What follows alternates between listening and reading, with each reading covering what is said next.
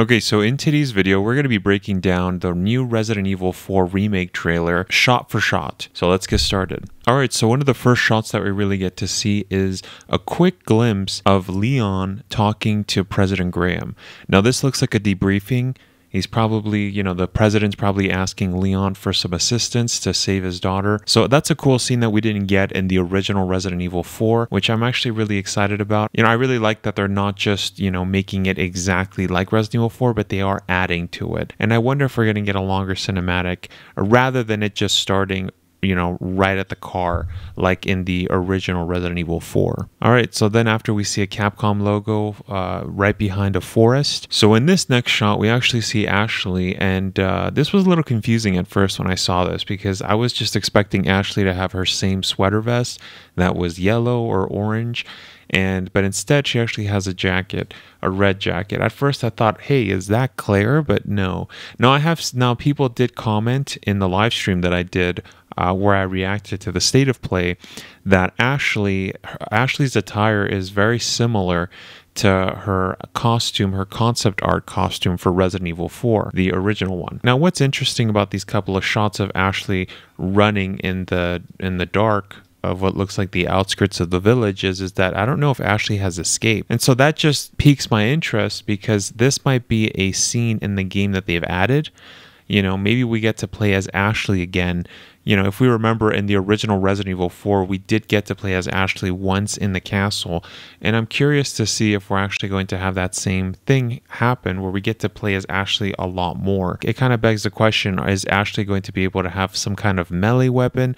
Or is she going to be very useless, like a typical damsel in distress like she was in the original Resident Evil 4? Next shot, this looks like a dead dog or something on the side of the road or something like that. It's really hard to tell. Some kind of animal. Next shot, we see Leon crossing in the dark forest. One thing that I noticed from this game right away is that the game is very dark compared to the original one. Next shot, we see Ashley. Again, Ashley is by herself and she looks like she's in the outskirts of the village. So I don't know why Ashley is by herself. Did she escape? Are we going to play as Ashley? These are all questions that come up. Next shot, we see Leon approaching a house. Now, this is very interesting because this looks like it's probably the beginning of the game. This shot right here reminds me a lot of the first shot that we saw when we see Leon entering that villager's house and having his first encounter with the ganado. It looks very similar, the whole shot, the whole aesthetic. Of course, it's a lot darker. And the other reason that I believe that this is probably the beginning of the game, just like it was in the original Resident Evil 4 where he has that encounter, is because when he's in the car, later on we'll see this same screenshot of the screenshot that I'm referring to, but there's a screenshot where Leon is in a car and, it looks like it's the same time of day. So that's what leads me to believe that this is probably the beginning of the game. Anyways, yeah, we see Leon approaching. He's entering the house. Next, we see a glimpse of the village. It looks very similar, but also, again, a lot darker. Next, we see some skulls over some sort of house.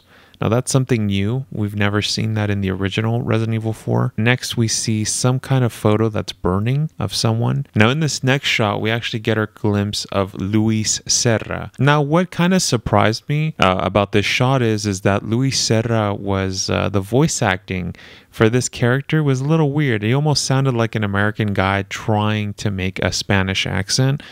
And at the end, I don't know, the execution was a little bit weird, if I'm being honest. It almost sounded like a Jamaican guy speaking. So I don't know about that. I don't know why. I thought my hopes for if they ever were to make a Resident Evil 4 remake game was that the voice acting would have been a lot better. But yeah, for Luis Serra and Lord Sadler, they sounded really American for some strange reason. And the reason that we know for sure that this is Luis Serra is because he obviously has the Mauser pistol and he also has the same kind of shirt that he had in Resident Evil 4. The original one. But the only problem is that we don't see his face. Next shot, we actually see a villager that looks like he's cooking. Now, what I think is happening in this shot is that this is the same first encounter that Leon has with a ganado. So he's probably about to enter the house And in the original Resident Evil 4, the ganado was working on the fireplace. Now, of course, they changed a couple of things, but this is what it's reminding me of. So I wouldn't be surprised if this again is the first encounter that Leon has with a villager. Next shot, it looks like this is the same room, so we just get a better look at the villager. Next shot, it looks like it's in the castle, or it could also be the church in the underground, mostly because we're seeing a lot of those symbols of Los Iluminados, and we do see some benches. It looks like they're an area where they're about to pray or some sort of thing like that. And we do see a villager or a ganado that has robes on. Next shot, again, this looks like it's definitely the castle. What I find interesting is that the castle, I'm assuming this is castle architecture because it looks old, but it does remind me a lot of Resident Evil 8. Just the whole architecture, the way that it's dark, the way that the lighting is. I know that they're using the same Resident Evil engine, but yeah, I noticed just it's a lot darker. That's for certain. Next shot, we see what looks to be like a villager during the day.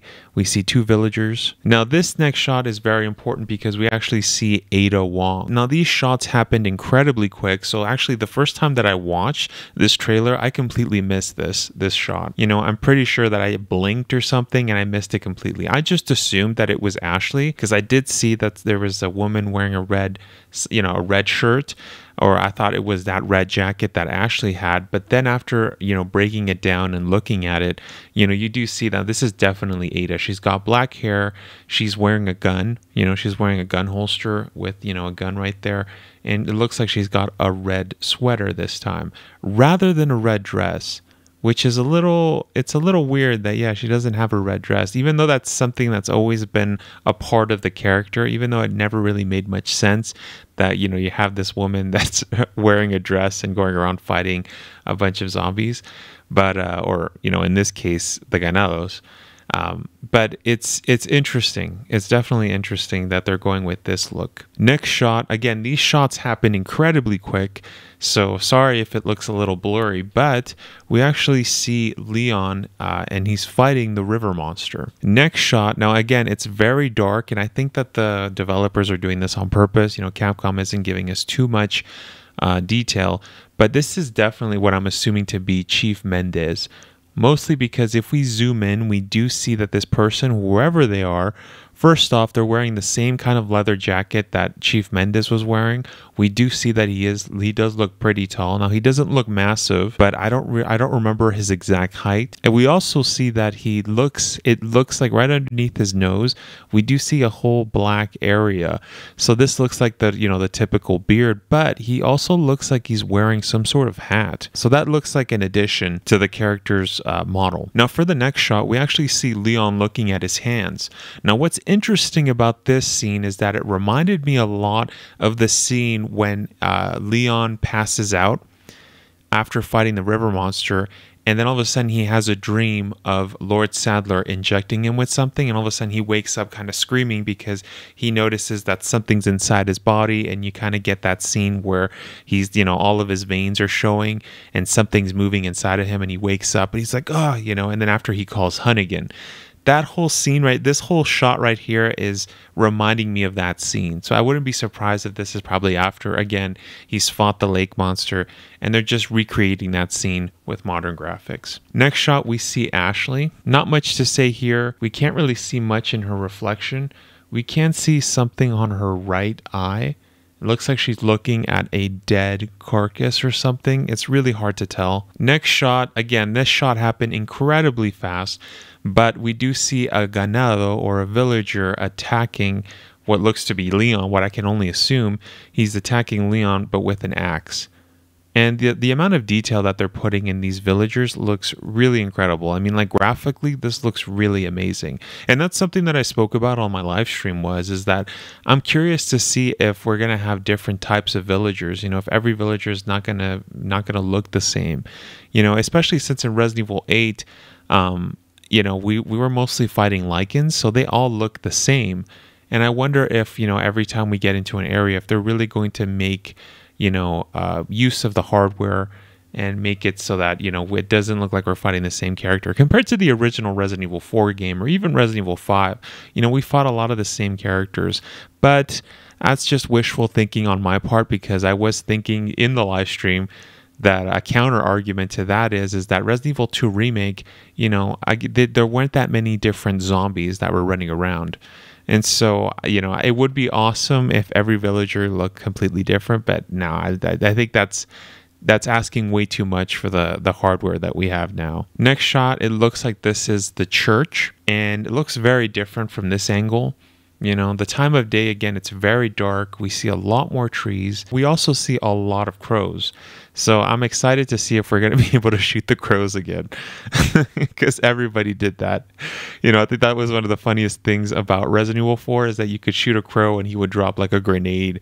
And it's like, what? How did that crow have a grenade? That's crazy.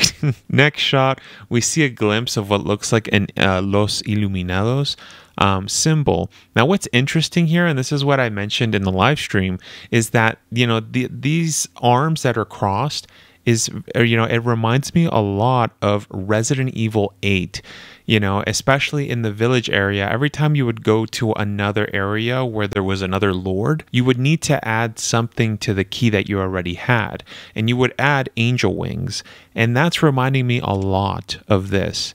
I wonder if they're going to give us, somebody in my live stream mentioned that they're curious to see if they're going to, add some kind of Easter egg to Resident Evil 8 Village or something along those lines, since, Romania is in Europe.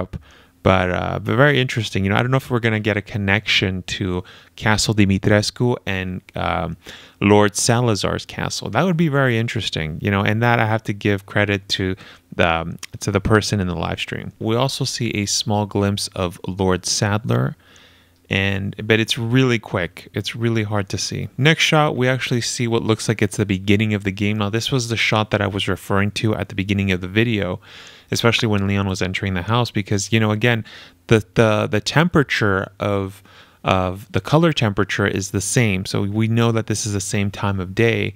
And we already know that, just like the original Resident Evil 4, it started off with Leon being driven by those two cops from the city, dropping him off at the village. And so this is probably, they're recreating that scene, shot for shot, definitely. But of course, they're adding a new twist to everything. Everything's a lot darker. We're seeing a lot of the outskirts of the city here, in the background. We see, it looks like a wooden fence. And also in the trailer, we also have Leon refer to a painful night.